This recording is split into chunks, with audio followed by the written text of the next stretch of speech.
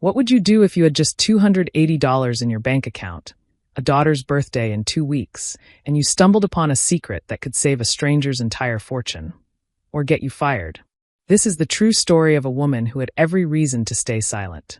Every reason to stay invisible. Every reason to protect herself and walk away. But she didn't. And because of one small yellow sticky note, because of 7 simple words written with a shaking hand, 2 lives were changed forever. A billionaire fell to his knees and wept on a parking garage floor. A single mother went from scrubbing toilets to leading a company. And a fraud that would have destroyed everything was stopped by the person nobody ever bothered to see. By the end of this story, you'll understand why the most powerful thing you can do in this world isn't about how much money you have or what title is on your door. It's about having the courage to speak up when everything inside you screams to stay quiet. This is Sarah's story. And it starts at 6:43 in the morning with a squeaky cleaning cart and a folder that should have been closed. Welcome to Voice of Granny. While you are here, please hit the subscribe button and comment your view on the story and where you're watching from. Let me tell you about a woman named Sarah Cooper. She was 32 years old, but if you looked into her eyes on those early mornings, you'd swear she was much older. Life has a way of doing that to you when you're always one paycheck away from losing everything. Every morning at 6:30, Sarah would push her cleaning cart through the tall glass building in downtown Seattle. The wheels squeaked on the shiny marble floors. The sound echoed through the empty hallways, and sometimes she felt like that squeak was the only proof she existed at all. You see, Sarah was invisible. Not literally, of course.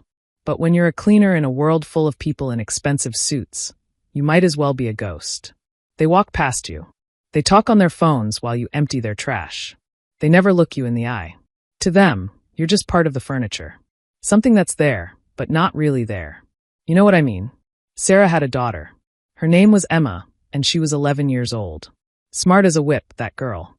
Always getting perfect scores on her spelling tests. But Emma's birthday was coming up in 2 weeks, and Sarah had exactly $280 in her bank account. Barely enough for a small cake and maybe a couple of balloons. Forget about the party Emma had been dreaming about. Forget about the gifts her friends would bring. Sarah felt that familiar weight pressing down on her chest every time she thought about it. The weight of not being enough. Of failing the one person who mattered most. And then there was the car.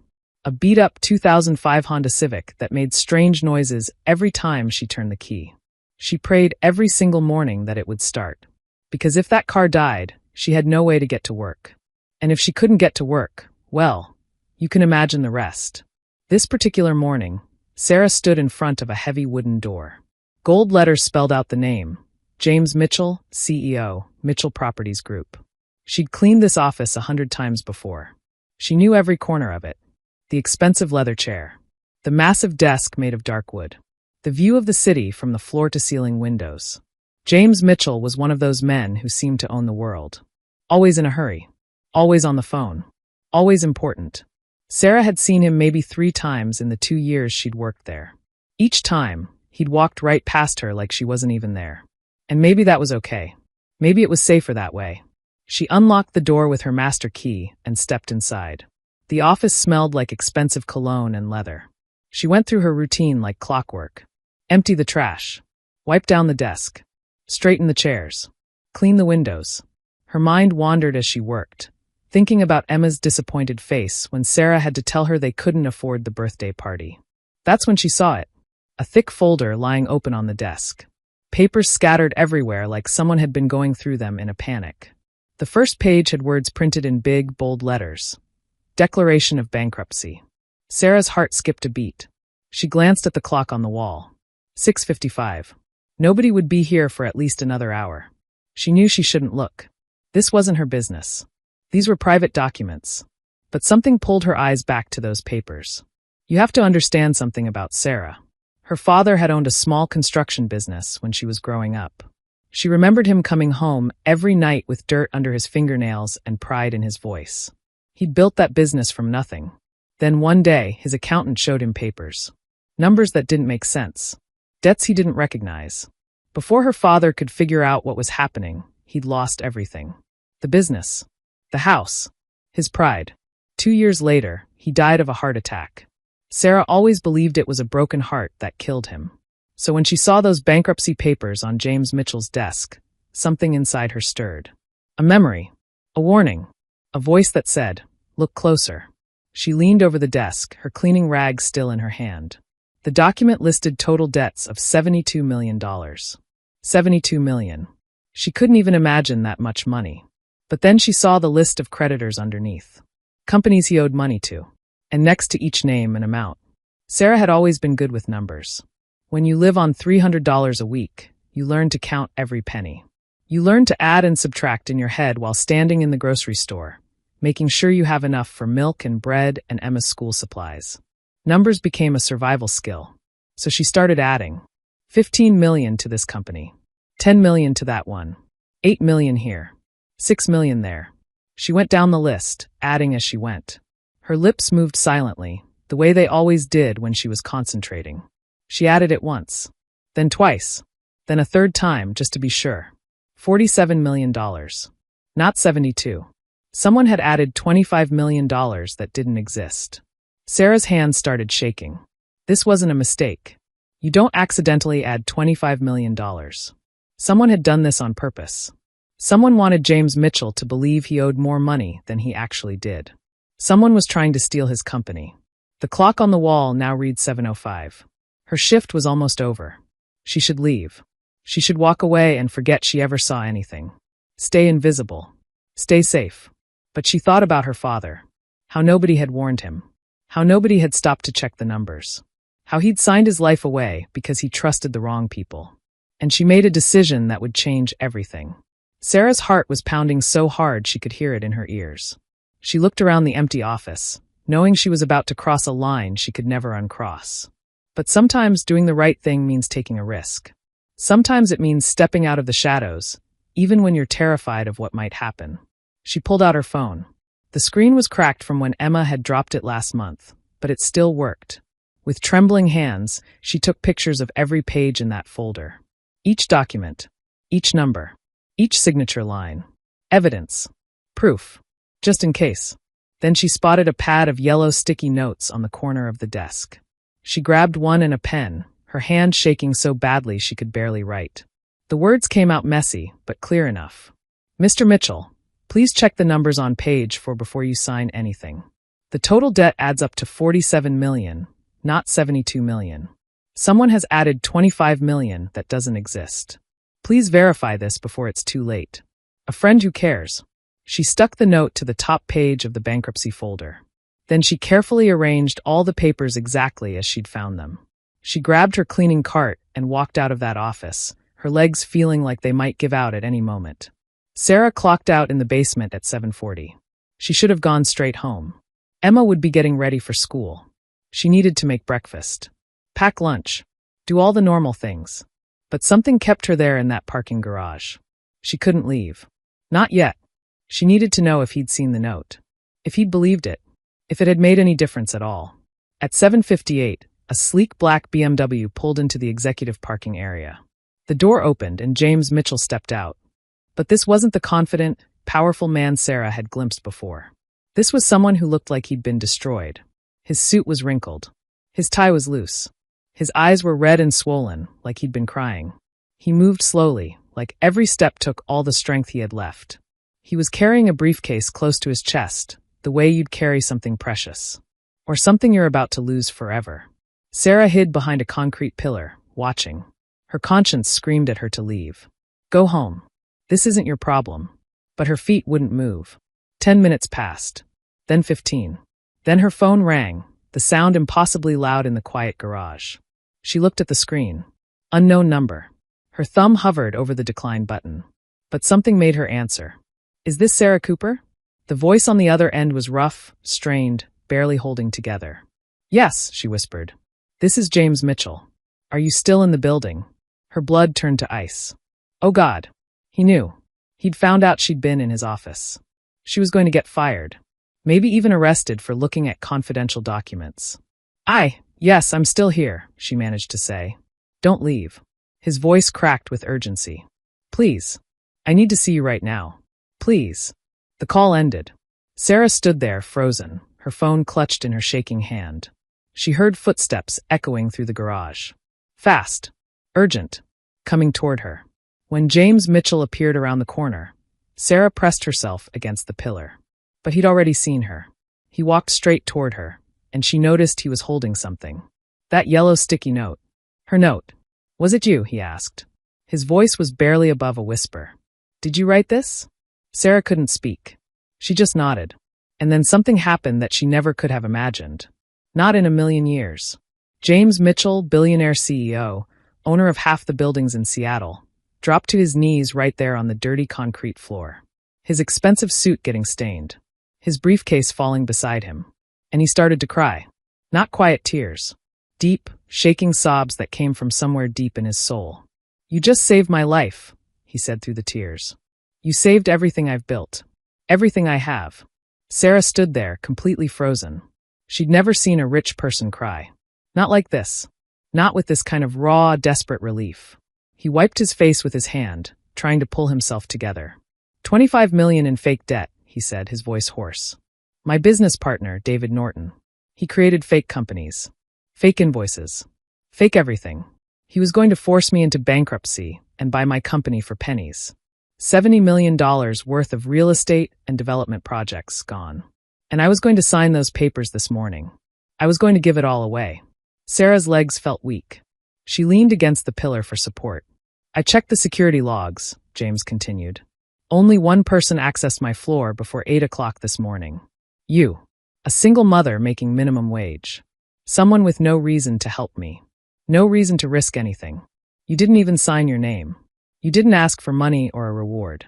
Why? Why did you do it? Sarah swallowed hard.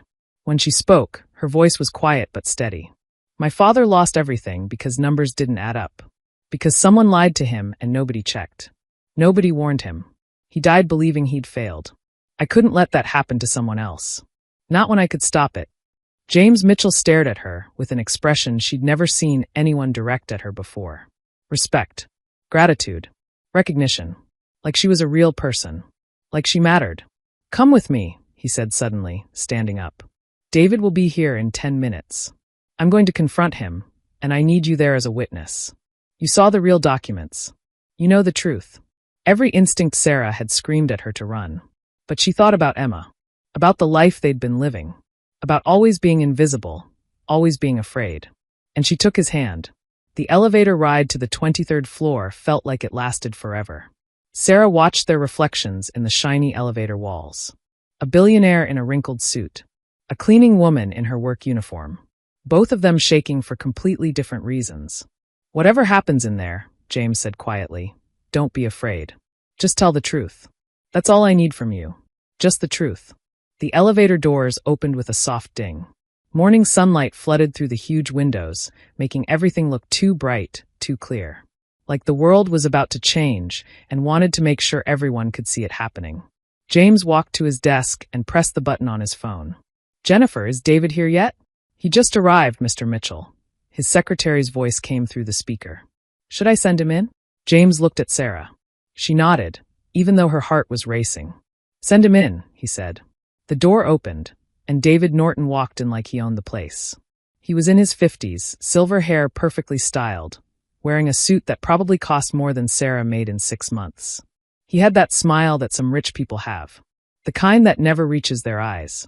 The kind that says they're always in control. James, he said smoothly. Then his eyes landed on Sarah. His smile faltered just a little. You're bringing the cleaning staff to business meetings now? How progressive. Sit down, David, James said. His voice was calm, but there was steel underneath it. David sat in the leather chair across from the desk, crossing his legs like he didn't have a care in the world. You look terrible, my friend. Did you sleep at all? I told you, once you sign those papers, this nightmare will be over. You can finally be free. Free, James said quietly. Or robbed of everything I've built for 20 years. David laughed, but it sounded forced. James, come on. You've been drowning in debt for months. I'm the one throwing you a lifeline here. Funny thing about your lifeline, James said, sliding the yellow sticky note across the desk. It comes with $25 million in debt that doesn't actually exist. For the first time, David's confident smile disappeared. What are you talking about? You tell me, James replied. He opened the bankruptcy folder. Because someone very smart noticed that these numbers don't add up. $47 million in real debt. $25 million in fake debt. Care to explain the difference? David's eyes went cold. He glanced at Sarah again, and this time there was something ugly in his expression. You're letting a janitor's conspiracy theory ruin a legal business process? James, I've been your partner for 15 years. And in those 15 years, James said, his voice getting harder, you learned exactly how to hide fraud so well that nobody would catch it. Except she did. He gestured to Sarah. Show him. Sarah's hands were shaking as she pulled out her phone. She connected it to the large screen on the wall. The photos appeared one by one. The original documents. The creditor list. The real numbers versus the fake numbers. Her calculations showing where the extra $25 million had come from. Nowhere. It was all invented. James walked through each image like a lawyer presenting evidence. Cascade Manufacturing, they don't exist. Western Supply Partners, fake company, registered to a P.O. box in Delaware. North Point Construction, dissolved 3 years ago, but somehow they're claiming I owe them $6 million. He turned to David. Want to explain how I owe money to companies that aren't real? David's jaw tightened. This is a clerical error. You're overreacting. $25 million is one hell of a clerical error, James shot back. Especially when every single fake debt traces back to bank accounts connected to your family trust. Sarah watched as David's mask finally cracked. His confident posture stiffened. His hands gripped the armrests of his chair. You can't prove anything, he said, but his voice had lost its smoothness. Actually, I can, James said. He pulled out a thick envelope from his desk drawer. Your assistant, Kelly Roberts, she kept copies of your emails. The ones between you and your lawyer about setting up fake creditors. The ones about forcing me into bankruptcy, so you could buy the company for a fraction of what it's worth. She came to me last night with everything. David's face went pale. You went through my private. I didn't, James interrupted. Kelly did. You remember Kelly, right? The assistant you screamed at until she quit last month? Turns out she didn't delete those backup files like you told her to. For a long moment, nobody spoke. Sarah could hear her own heartbeat. She could hear the hum of the air conditioning. She could hear David Norton's breathing getting faster, more panicked. You think you can destroy me? David finally said, standing up. His voice was shaking with anger now. You think this doesn't blow back on you? Taking me down means dragging this whole company through the mud. Every investor, every client, every news outlet will be all over this. James stood up too, meeting his eyes. Then we'll rebuild from the ashes. But you, David, you're finished here. David turned to Sarah, and the look he gave her was pure hatred. You, he spat out. You think he's going to remember you in 6 months? You'll be back to scrubbing toilets and emptying trash cans. You'll go back to being invisible. That's where people like you belong. The words hit Sarah like a slap. But before she could respond, James stepped forward. Get out of my office, he said, his voice deadly quiet. The FBI is on their way. I suggest you call your lawyer. David grabbed his briefcase and stormed toward the door. He slammed it so hard the windows rattled. And then there was silence. Heavy. Overwhelming. Real. James Mitchell stood at the window, looking out at the Seattle skyline. For a long time, he didn't say anything. He just stood there, breathing like a man who'd been holding his breath for months and finally remembered how to exhale. Sarah stayed by the door, unsure if she should leave or stay. Unsure of what any of this meant. Part of her still expected security to come and escort her out. To tell her she'd crossed a line and she was fired. He was right about one thing, James finally said, his voice quiet. He turned to face her. I didn't see you. You've worked in this building for 2 years, and I never even knew your name. I walked past you 100 times and never once looked you in the eye. Sarah looked down at her shoes. That's just how the world works, Mr. Mitchell. No, he said firmly. That's how I worked. Blind. Selfish. Too busy to notice the people who keep everything running. He walked toward her. You saved a $70 million company because you cared enough to look at numbers that weren't your problem. Because you had integrity. That's worth more than every business degree on my payroll. He reached for a notepad on his desk and wrote something down. Then he handed her the paper. Sarah looked at it, confused. It was a job offer. Junior financial analyst. Starting salary, $65,000 a year. Starting Monday, James said. You'll work in our internal audit department. I'll pay for your training. Your courses. Whatever certifications you need. I want you looking at our books, finding the things everyone else misses. Because clearly, you see what nobody else does. Sarah shook her head, unable to process what she was hearing. Mr. Mitchell, I can't. I'm a cleaner. I barely finished high school. I don't have any degrees or... You have something better than a degree, he interrupted. You have a conscience. You have courage. And you have a gift for seeing the truth in numbers. That's what this company needs. That's what I need. Tears filled Sarah's eyes. Why are you doing this? Because you reminded me what it means to be a decent human being, he said simply. Because you risked your job to save a stranger. And because nobody should be invisible when they shine as bright as you do. Sarah couldn't hold back the tears anymore. They spilled down her cheeks as 2 years of exhaustion, fear, and barely surviving finally broke open. Thank you, she whispered. Thank you. No, Sarah, James said softly. Thank you for showing me who I'd become. And for giving me a chance to be better. That evening, Sarah drove home in her rattling Honda Civic. The engine made the same concerning noises it always did. But for the first time in forever, she didn't care. She kept looking at the paper on the passenger seat. The job offer. Proof that this morning had actually happened. That her life had actually changed. When she pulled into the parking lot of her apartment building, she sat in the car for a moment. Through the window of their second-floor apartment, she could see Emma doing her homework at the kitchen table. Her beautiful, brilliant daughter, who deserved so much more than Sarah had been able to give her. Not anymore, Sarah thought. Not anymore. She walked upstairs and opened the door. Emma looked up from her math textbook and smiled. Mom, you're home late. Did something happen? Sarah set down her bag and knelt in front of her daughter. She took Emma's hands in hers. Baby, something incredible happened today. Something that's going to change everything for us. Emma's eyes went wide as Sarah told her the whole story. About the papers on the desk. The fake debt. The note she'd left. The confrontation with David Norton. And finally, about the job offer. You mean you're going to work in an office? Emma asked, her voice full of wonder. Like with a desk and a computer? Sarah laughed through her tears. Yes, sweetheart. With a desk and a computer. And enough money that we won't have to worry about rent anymore. Or your birthday party. Or the car breaking down. Emma threw her arms around Sarah's neck and held on tight. You're the bravest person in the whole world, Mom. They sat together on their worn-out couch, and Sarah felt something she hadn't felt in years. Hope. Real, solid hope that the future might actually be okay. Better than okay. That night, after Emma went to bed, Sarah sat at the kitchen table with a cup of tea. She thought about her father. About how different his story might have been if someone had checked the numbers for him. If someone had cared enough to warn him. I did it for you, Dad, she whispered to the empty room. I did what nobody did for you. She looked at the job offer again, still barely believing it was real.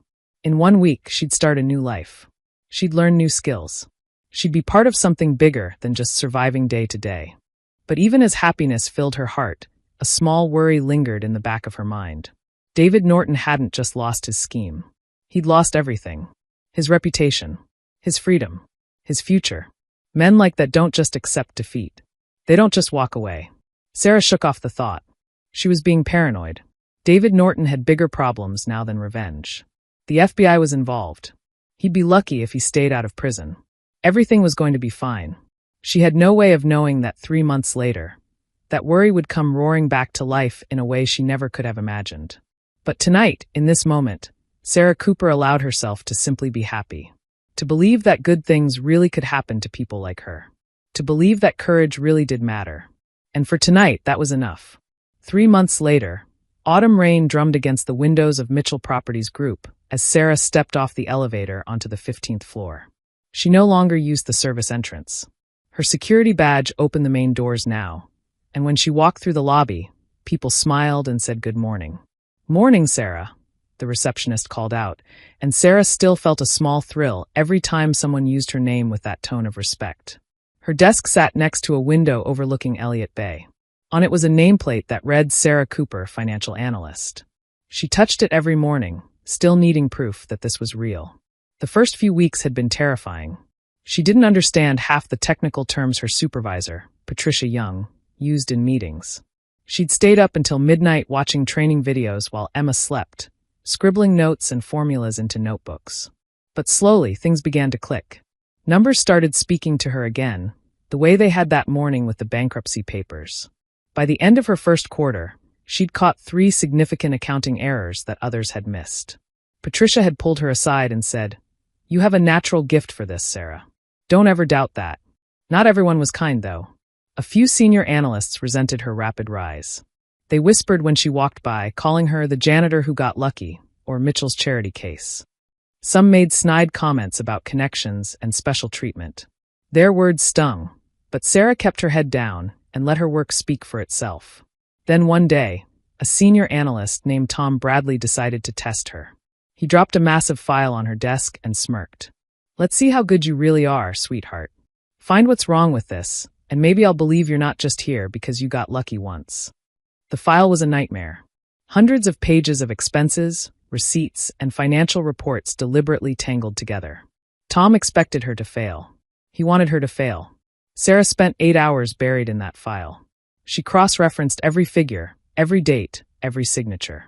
When Tom came back expecting to see her defeated, she calmly handed him a typed list. 9 discrepancies, she said. 5 of them are serious. She walked him through each one. Duplicate expense reports. Fake business trips. Restaurant receipts from cities where the company had no clients. Hotel charges for dates when no meetings were scheduled.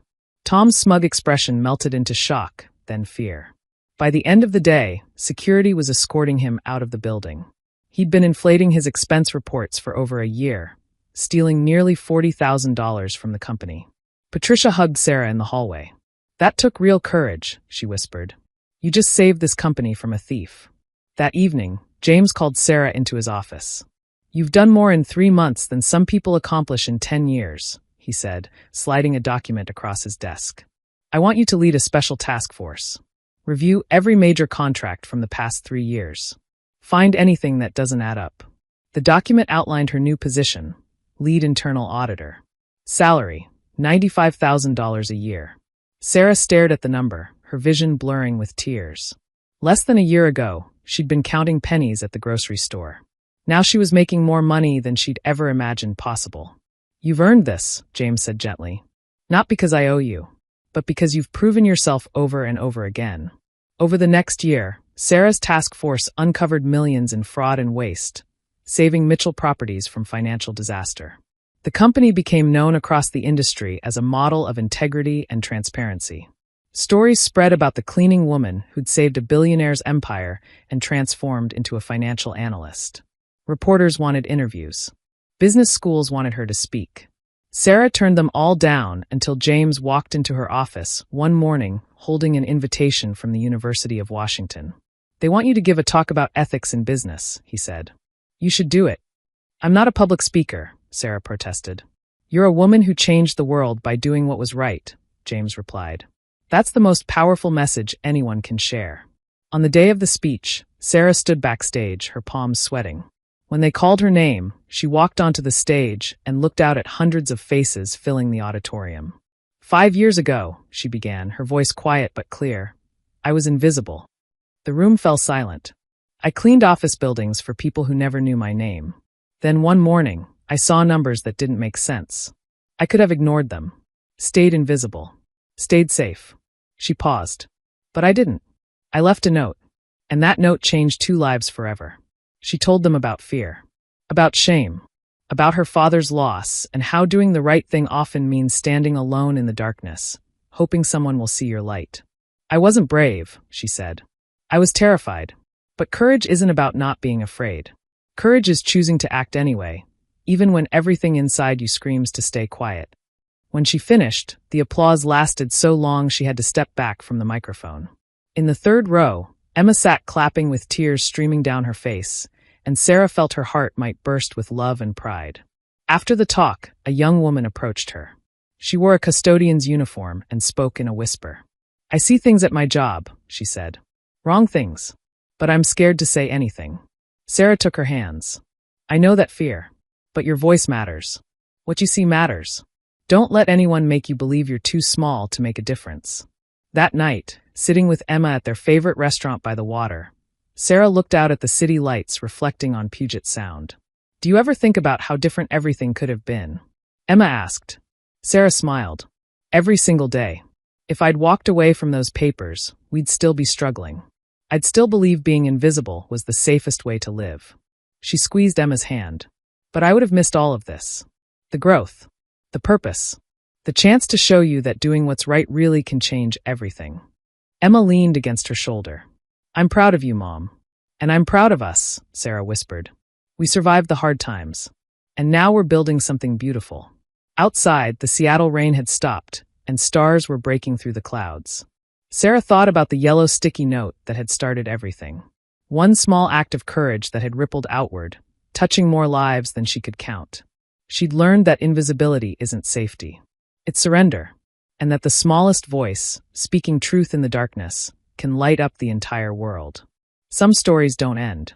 They just keep growing, like ripples spreading across water. That morning years ago had been about saving one company. But in truth, it had saved two people who'd forgotten what it meant to believe in themselves. Sarah pulled out her phone and typed a message to James. The foundation helped its 50th worker this week. Together, we're making sure nobody has to choose between staying silent and staying safe. He replied immediately. You did that. You showed us all what integrity looks like. Sarah smiled and typed back. No, we did that. Together. Under the city lights, she took Emma's hand, feeling the quiet certainty that some acts of courage never stop echoing. They just keep spreading, touching lives, healing wounds, and reminding people that goodness still exists in the world. And it all started with one woman who refused to stay invisible.